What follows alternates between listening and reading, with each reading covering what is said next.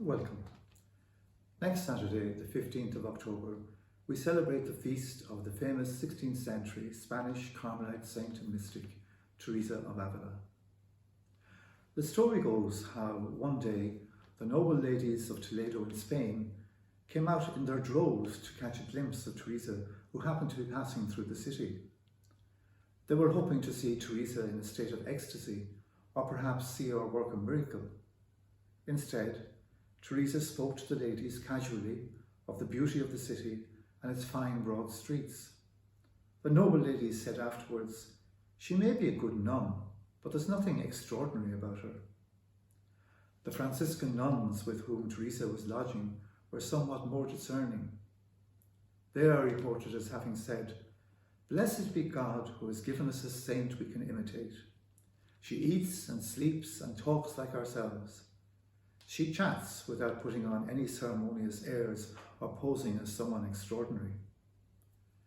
Surely this is one explanation for the attraction many readers feel for this extraordinary mystic, who keeps her 2 feet planted firmly on the ground, who has a beguiling sense of humour, and still yet can describe for us her deep mystical experiences.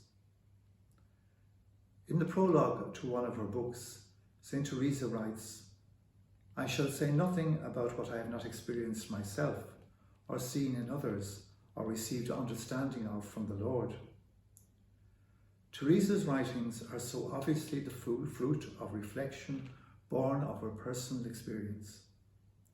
The contemporary Carmelite nun and spiritual author Ruth Burroughs writes of Teresa, "Here is a woman who surely knows. She isn't merely speculating, relying on what others have said.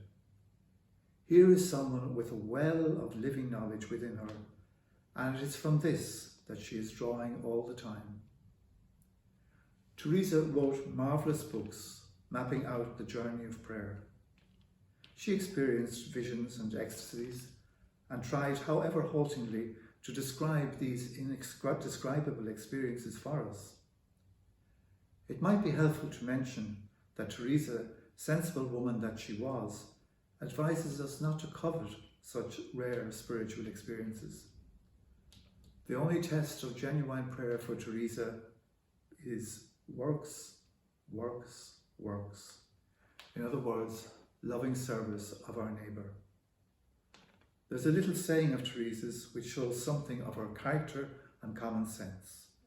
She says to us, "From frowning saints and silly devotions, may the Lord deliver us." So have a peaceful feast day of Teresa of Avila.